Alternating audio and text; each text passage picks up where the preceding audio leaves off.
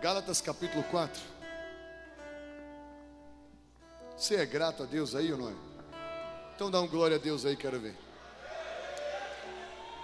Oh, mas dá de melhorar, né?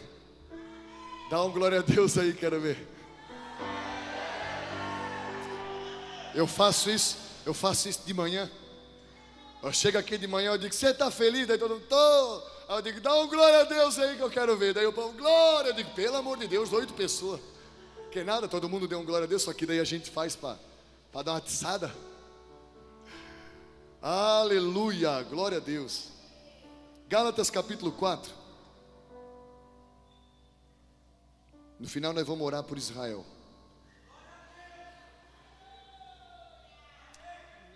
Capítulo 4, versículo 1 diz assim: digo, pois, que durante o tempo em que o herdeiro é menor, em nada difere de escravo, posto que é ele senhor de tudo, mas está sob tutores e curadores até o tempo determinado pelo Pai. Assim também nós, quando éramos menores, estávamos servilmente sujeitos aos rudimentos do mundo. Vindo, porém, a plenitude do tempo, Deus enviou seu Filho, nascido de mulher, nascido sob a lei, para resgatar os que estavam sob a lei, a fim de que recebêssemos a adoção de filhos.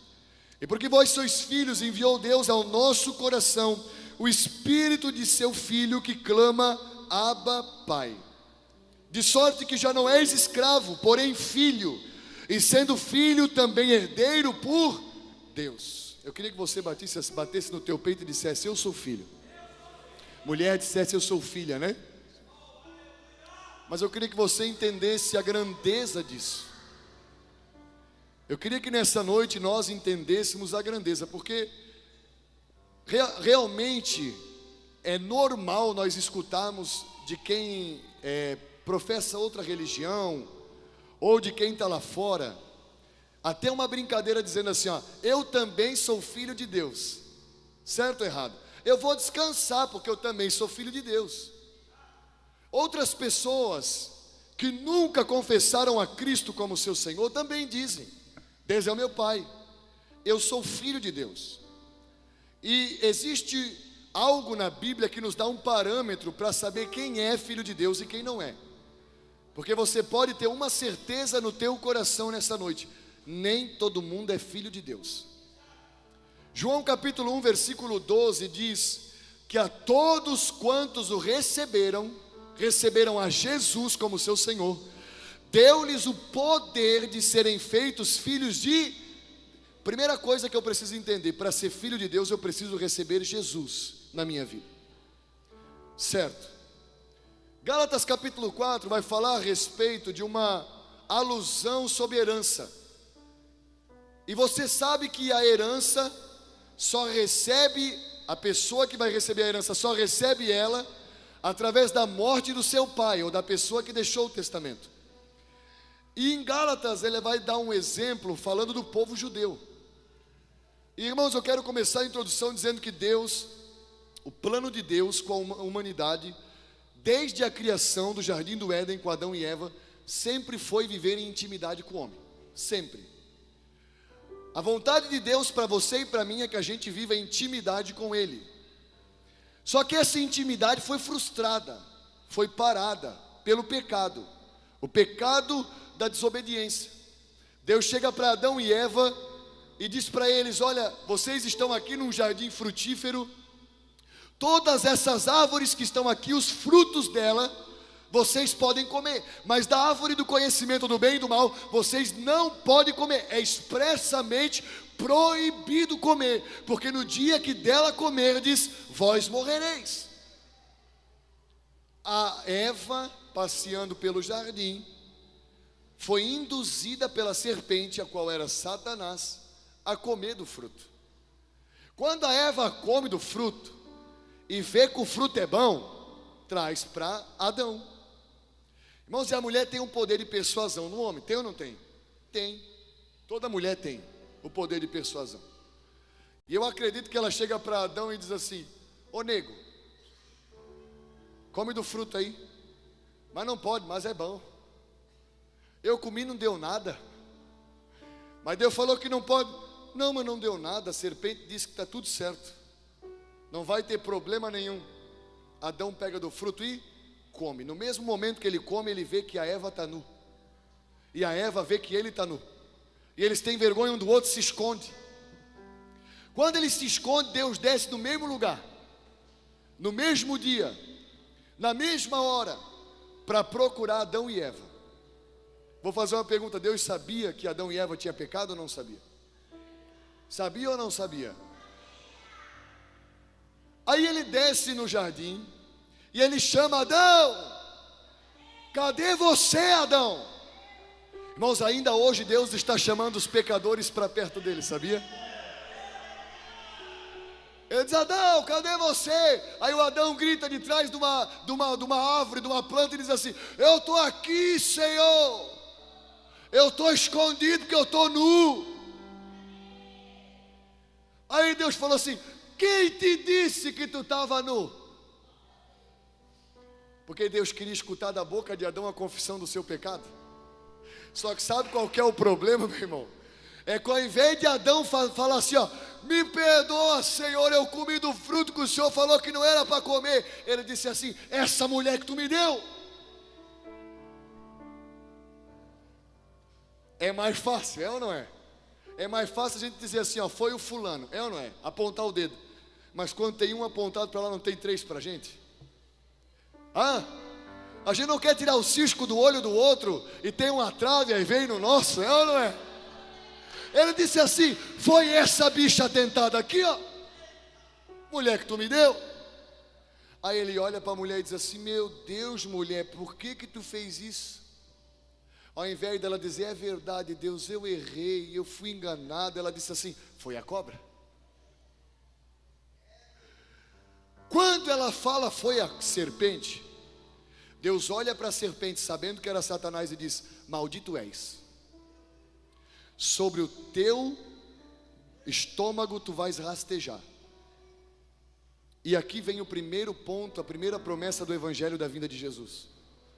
Gênesis 3:15, ele diz assim: e outra coisa, a semente da mulher vai pisar na cabeça da tua semente, e a única coisa que a tua semente vai fazer é ferir o calcanhar da semente da mulher. Mas está tudo certo, porque está tudo no plano. Eu quero que você entenda sobre filiação. Você está acompanhando com o pastor? Não? Eu queria que você prestasse bem atenção. Mais para frente, o povo de Israel vai para o Egito, cativo. Deus lhe levanta um homem chamado Moisés, depois de 400 anos que o povo estava lá, para libertar o povo. Quando Deus liberta o povo, no Monte Sinai, Deus fala face a face com Moisés, e entrega para ele 2 tábuas, contendo 10 mandamentos. E descreve para Moisés uma lei, e é essa lei que Paulo está falando em Gálatas capítulo 4. E a lei que Deus descreve para Moisés é uma lei que era para o povo obedecer 100%. Porque se o povo errasse um só preceito daquela lei, já estava condenado. Irmãos, mas eram 630 preceitos diários que o povo precisava fazer. E eu posso dizer uma coisa, não? Ninguém fazia. Por essa lei que Deus deu para Moisés, nenhum homem na face da terra seria salvo, porque a lei exigia que a salvação fosse por mérito próprio, e o homem é falho. É por isso que quando você vai falar com alguém, a pessoa diz assim: mas eu sou bom, eu não faço mal para ninguém, eu ajudo uma casa de caridade. Tudo isso é muito bom, irmãos, mas não gera salvação, porque não há nenhum nome sequer debaixo do céu, pelo qual importa que o homem seja salvo, a não ser pelo nome de Jesus. Por isso que em Romanos Paulo fala que a lei estava enferma. A lei não conduzia o homem à salvação, pelo contrário, a lei mostrava para o homem que ele era pecador e que ele estava condenado. Era isso que a lei fazia. Eu vou dar um exemplo que eu li hoje muito maravilhoso. É como se você estivesse andando numa estrada, para você entender bem certinho. E de repente o trânsito fluindo, para todo o trânsito, você fica 2, 3 horas parado. E quando você está chegando no local, era um acidente, um caminhão tinha tombado na estrada. Depois que você passa por aquele acidente, o trânsito começa a fluir de novo. Irmãos, o caminhão tombado na estrada era o pecado. Sabe o que a lei ia fazer com aquele caminhão? A lei não ia tirar o caminhão para o lado, para o trânsito fluir de novo. A lei ia levantar o caminhão, ia deixar no meio da rua. O trânsito e o impedimento ia continuar o mesmo. Cristo não. Cristo é aquele que veio, pegou o caminhão, levantou, trouxe para o lado e fez o trânsito fluir de volta. Por isso que a Bíblia diz que Ele nos fez um novo e vivo caminho ante o trono de Deus. Nós entramos na presença de Deus através de Cristo. Aí a lei, ela mostrava o nosso pecado, ela nos condenava, ela trazia sobre nós a culpa, e é por isso que Mateus 11:28 diz: vinde a mim todos que estáis cansados e sobrecarregados, e eu vos aliviarei. Tomai sobre vós o meu jugo, e aprendei de mim, que sou manso e humilde. Ele estava falando isso para quem? Para o povo judeu naquela época, que estava sobrecarregado com a condenação da lei. Pastor, o que o senhor está tentando dizer com tudo isso? É que você não vai encontrar salvação a não ser em Cristo.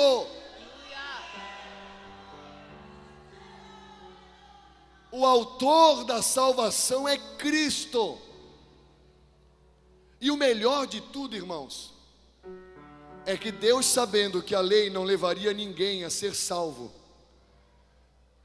o próprio Jesus fala em João 3:16, que Deus havia amado ao mundo de tal maneira, que enviou o seu Filho para que todo aquele que nele crê não pereça, mas tenha vida eterna. Hoje nós temos uma chance de salvação. Você que está aqui e tem andado por caminhos tortuosos, tem andado por caminhos de mentira, tem andado por caminhos de pecado, você precisa encontrar esse alvo. Você precisa encontrar esse caminho. João 14:6, o Senhor disse: eu sou o caminho. Só existe um caminho que leva para o Pai. Algumas pessoas dizem que todos os caminhos levam a Deus. A Bíblia, que é o nosso manual de fé, diz que só tem um caminho. E esse caminho é Jesus. E esse Jesus está nesse lugar nessa noite. E você e eu precisamos receber Ele na nossa vida. Para receber Ele na nossa vida, nós não precisamos pagar nada. Nós não precisamos entregar bem nenhum, a não ser o nosso coração a Ele. O preço Ele já pagou. A porta Ele já abriu. Os que antes estavam pelo lado de fora por causa do seu pecado e não podiam entrar, hoje encontram a porta escancarada. Só que tem uma coisa, irmãos: esse caminho e essa porta é apertada. E para nos ajudar a caminhar por esse caminho e passar por essa porta, Deus nos deu uma arma muito poderosa. Eu dou uma chance para você. Versículo 6. E porque vós sois filhos, Deus enviou ao nosso coração o Espírito de seu Filho, que clama: Abba, Pai. O que nos ajuda a caminhar por esse caminho apertado é o Espírito Santo. É o Consolador. É o espírito que naquela hora você está pronto para pecar, você está pronto para errar, e algo começa a mexer aqui dentro do teu peito, começa a apertar o teu estômago, parece que tem alguma coisa apertando dentro de você. Ali é o Espírito Santo dizendo para você: é errado, vai desagradar o Pai, vai te levar para longe do Senhor, está saindo do caminho, volta para cá. O bem mais precioso que você ganhou de Deus não foi uma casa nem um carro, foi o Espírito Santo de Deus que nos leva e nos conduz em direção a Ele. Irmãos, eu vou dizer uma coisa para você. Existem algumas qualidades na Bíblia que mostram que o Espírito Santo não é uma força, como muitos dizem. Não é uma névoa, nem um fantasma que aparece voando igual aqueles fantasminha, do fantasminha camarada. O Espírito Santo é uma pessoa. Aleluia! Ele é a terceira pessoa da Trindade. A Bíblia diz que Ele tem ciúme de nós. A Bíblia diz que nós podemos entristecer o Espírito Santo. Irmãos, e quantos de nós têm entristecido o Espírito Santo nesses últimos dias? Quantos de nós temos feito, estou me colocando junto. Quantos de nós temos feito coisas que têm desagradado o Espírito Santo? A Bíblia diz que o Espírito Santo não se retira. A Bíblia nunca cita que o Espírito Santo sai. A Bíblia diz que o Espírito Santo é apagado. E talvez tem pessoas nesse lugar que o Espírito está apagado. Aquele fogo que estava aceso, foi jogado um balde de água fria, que é o pecado, e apagou aquele espírito, e você sente saudade de tudo que você vivia. Você sente saudade do toque, você sente saudade da lágrima rolando nos olhos, você sente saudade do arrepio na pele, você sente saudade do choro desesperado diante da presença de Deus. Eu sei que você tem saudade. Sabe o que é isso, meu irmão? É que a Bíblia diz em Isaías 42 que Ele não vai apagar a torcida que fumega e não vai queimar a cana quebrada. Tem alguma coisa nessa noite movendo aí dentro de você, chamando você de volta para os braços do Pai. Tem alguma coisa, que nem o filho pródigo, estava lá comendo lavagem de porco. De repente ele disse: meu Deus, na casa do meu pai tem fartura. É, meu irmão.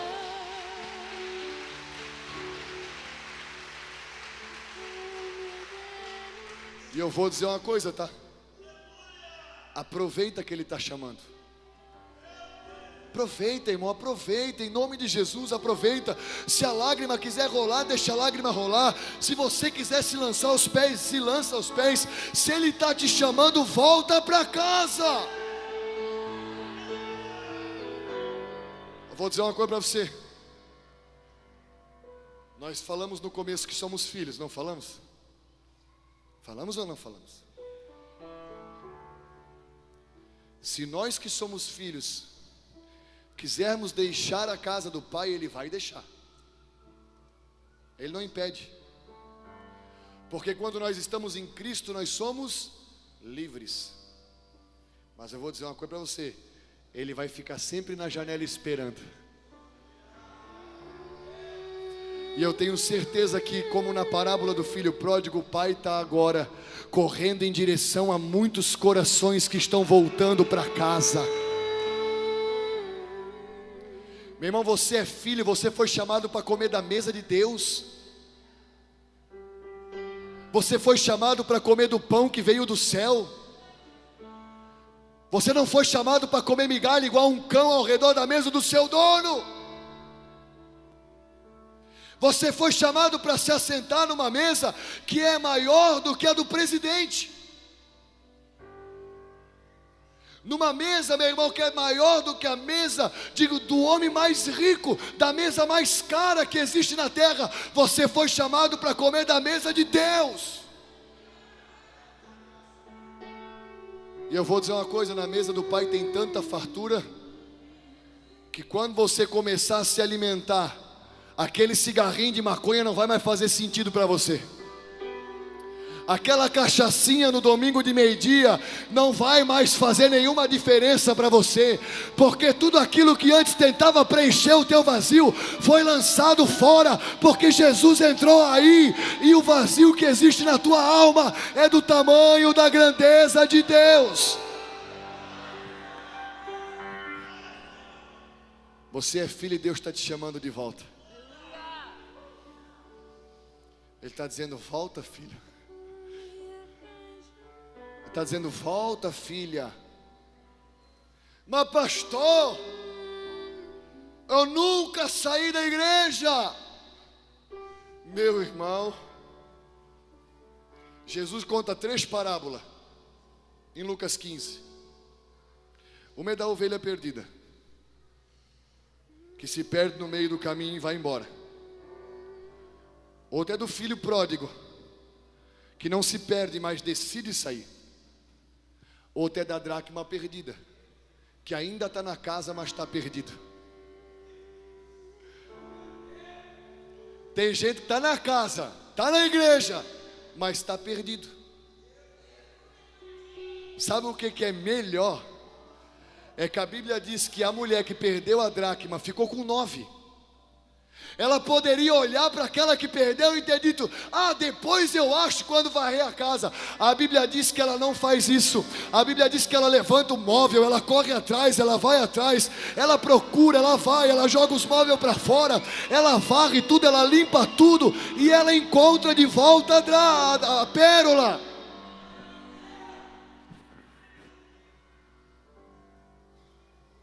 Ela se esforça para correr atrás da dracma. E quando ela encontra aquela dracma, meu irmão, ela não faz ela guarda no bolso e diz: beleza, encontrei, graças a Deus. O Senhor falou que ela chama o vizinho, chama o pai, chama a mãe, chama tudo, e dá uma festa porque encontrou uma dracma.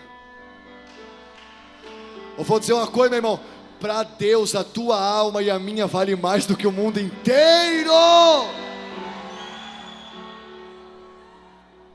Sabe por quê? Porque ele não chegou no banco e disse assim: eu compro por tantos bilhões. Ele entregou o filho. Aleluia. Aí aqui no versículo 4, no versículo 5 vai dizer assim, para resgatar. Sabe o que significa essa palavra resgatar?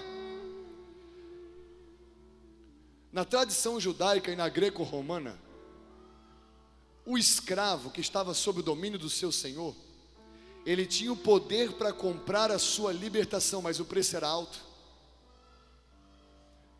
Irmãos, o Senhor comprou a nossa liberdade, não foi com ouro, não foi com prata, não foi com dinheiro deste mundo, não foi com dólares, não foi com euro, não foi com libra, foi com o seu sangue precioso que verteu na cruz. Não há mais domínio da droga, não há mais domínio da bebida, não há mais domínio da pornografia, não há mais domínio do adultério, da fornicação, porque Cristo pagou o preço na cruz do Calvário.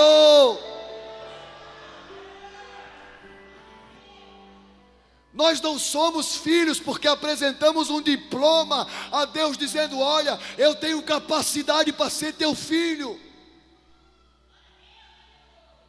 Nós somos filhos porque carregamos uma marca. Efésios capítulo 1 diz que nós fomos marcados e selados com o Espírito da promessa. Aleluia. O Espírito Santo de Deus habita aí dentro de você. E nós precisamos entender uma coisa, meu irmão: o Espírito não habita dentro de pessoas que falam em língua somente. Falar em língua é um dom do Espírito, é uma evidência do Espírito. O Espírito Santo passa a habitar em você quando você aceita Cristo como Senhor e Salvador da tua vida. Aleluia. Ou você acha como que você mudaria de vida se não fosse pela força do Espírito Santo? Você deixaria como a droga se o Espírito não movesse você a isso? Romanos capítulo 8 diz que o Espírito de Deus testifica com o nosso espírito que somos filhos de Deus.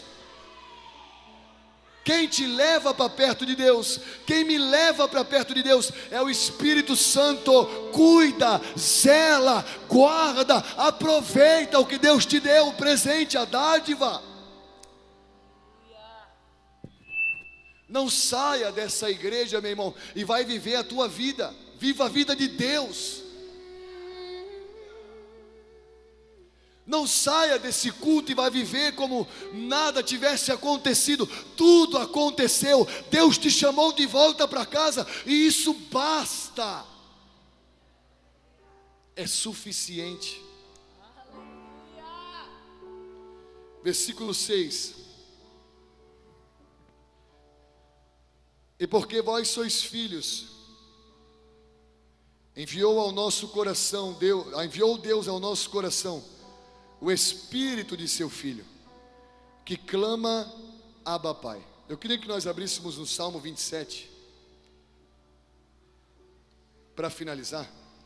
O grupo de louvor pode se preparar.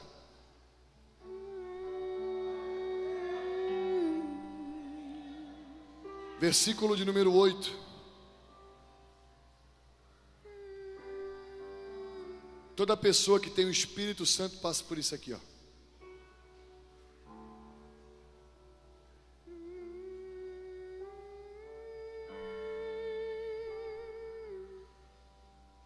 Outra vez eu quero me desesperar.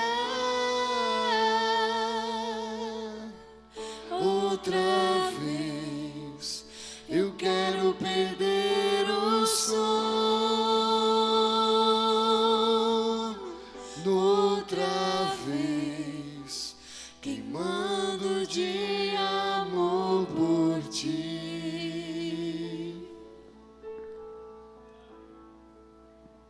Versículo 8 diz assim: por isso que você está nesse lugar, por causa disso aqui, ó. Ao meu coração me ocorre, buscai a minha presença.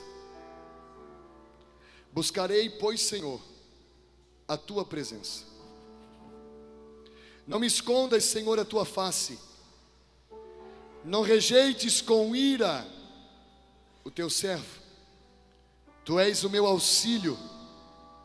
Não me recuses, nem me desampares, ó Deus da minha salvação. Porque se meu pai e minha mãe me abandonarem, o Senhor me acolher.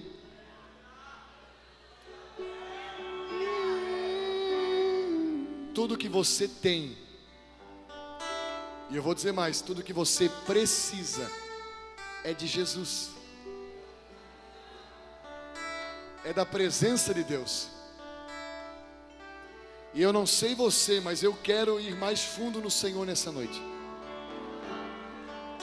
Eu quero acessar um lugar que é lugar de filho. Eu quero ser igual João. A Bíblia diz na última ceia, em João 14, que Jesus está dizendo assim, ó: tem um de vós que vai me trair. Aí os discípulos começam a dizer assim: oh, meu Deus, quem é? Será que sou eu? Não sou eu. Eu não vai ser. Aí João, o discípulo amado, ele está sentado na mesa, deitado na mesa, debruçado, né? Ao lado de Jesus. Pedro está na parte da frente. Aí Pedro faz assim, ó, para João. Ô João. Ô João. Pergunta quem é.